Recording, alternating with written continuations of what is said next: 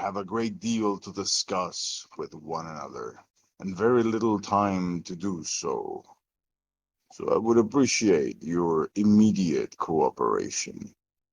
I can sense by the chill on your spine that you're already aware of who I am.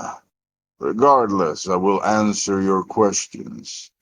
My true name is unimportant, but you humans have given me many monikers over the centuries.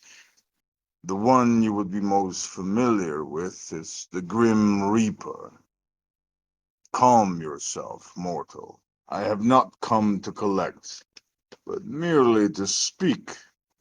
You are still very much alive in the real world. I understand you have questions, but I must interject. You see, I run a very tight ship. My schedule only allows for short excursions, such as this once a century, so I must make my time with you short. I came to speak with you because I am aware I have been in your thoughts rather frequently.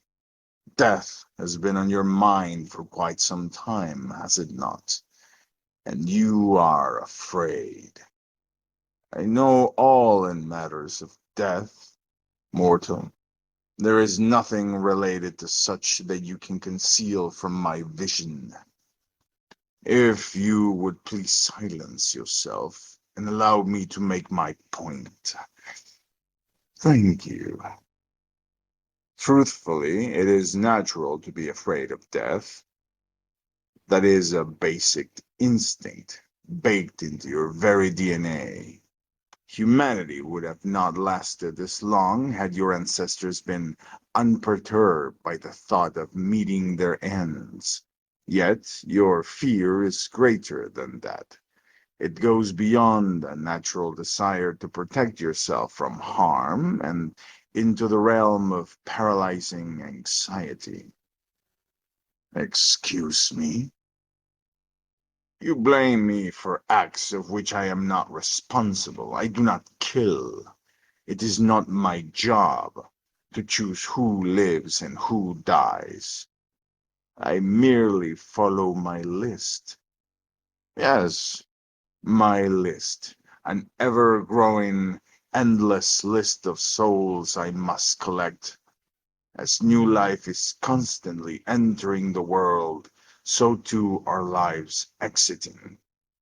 And these souls require someone to guide them beyond, lest they become lost. That is my duty, and I complete it with honor. The beyond is knowledge of which mortals know quite a little, and that is by design. No being of my caliber has shown the beyond to a fragile mind. I will not be the first. In layman's terms, no. I cannot say what lies in wait for you after death. Hypothetically, yes. I could find your name on this list and inform you of how many years you have left. However, halt! It is not your duty to see my list and search for your name. This document was not meant for mortal eyes. No, human, I do not know your time.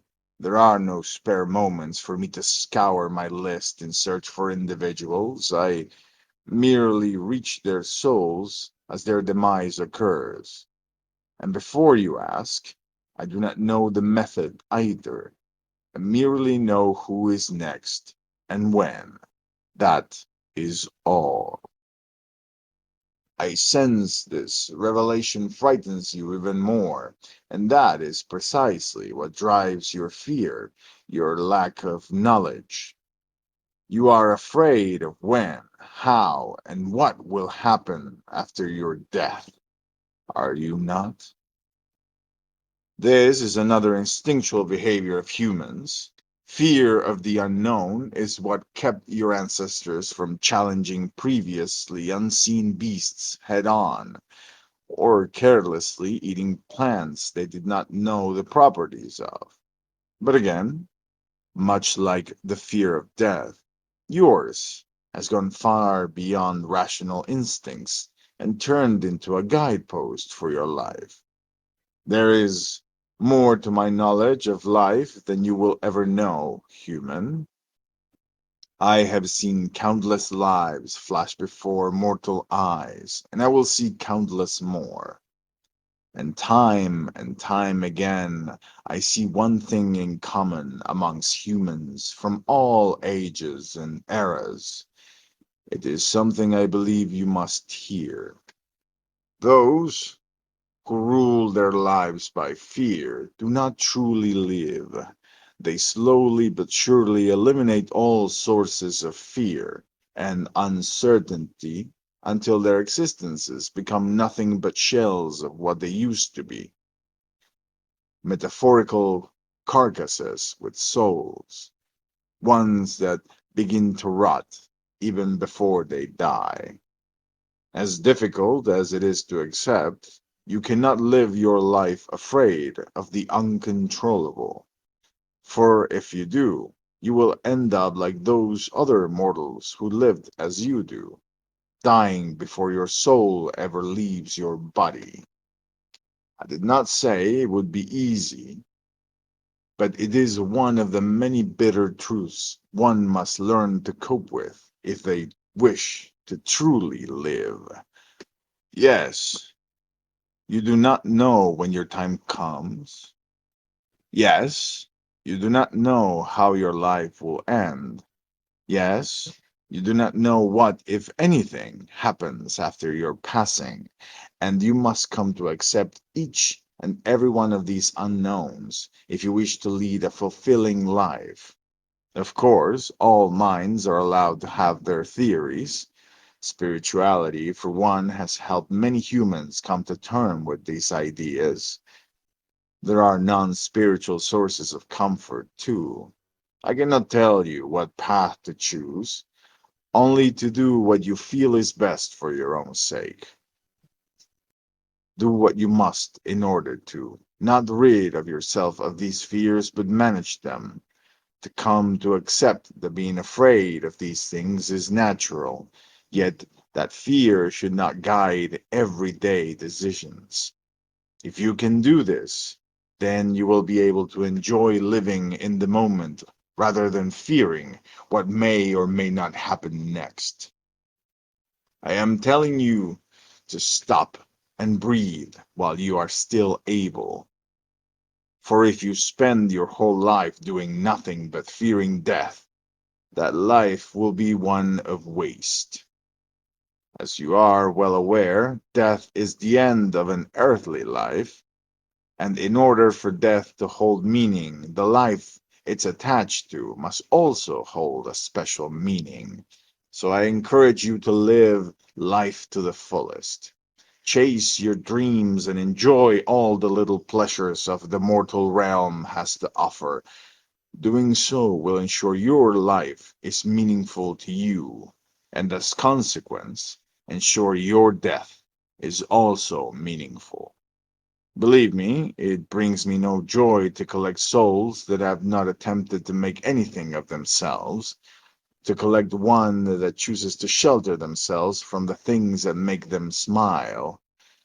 It instills a sense of grief for what could have been. To put it simply, as long as your life is meaningful to you, then I will be pleased when your time comes. I do hope this conversation has helped ease your worries, if only a small amount. Otherwise, I hope to have at least given you a new perspective to consider, one that may lead you to a more fulfilling experience. Before I leave, I must make one simple request of you, and it is very important, so do not shy away from your words. Have I made myself clear? No matter what may be happening in your life, no matter what you believe would be best, Do not force your name to the top of my list. Doing so has never solved any problems. It merely creates more, both for me and for the living. Now then, I must be going. My schedule will resume shortly, and I have much work to do. Until then, I bid you farewell. While it is true I do not know anyone's time until it is here, I have a feeling that we will not meet again for a very, very long time. Until then, mortal, do more than survive. You must live.